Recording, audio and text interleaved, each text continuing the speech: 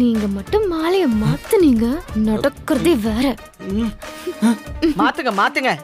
இவ்ளோ நேரமா கேட்டா கிராமத்து பொண்ணுன்னு வியாகியானம் வேற. பாட்டி மாத்துங்க, நான் சொல்றேன். இங்க கூட இருந்துட்டு அதுங்களுக்கு சப்போர்ட் பண்ணிட்டு இருக்க ஒண்ணு. எனக்கு ஒண்ணு ஆகலையே. மல்லி, மாலைய மாத்திக்கோ மல்லி. என்ன டாடா, மாலை போடுங்க டாடா. இதோ இதோமா. டாடா மாலை போடுங்க டாடா.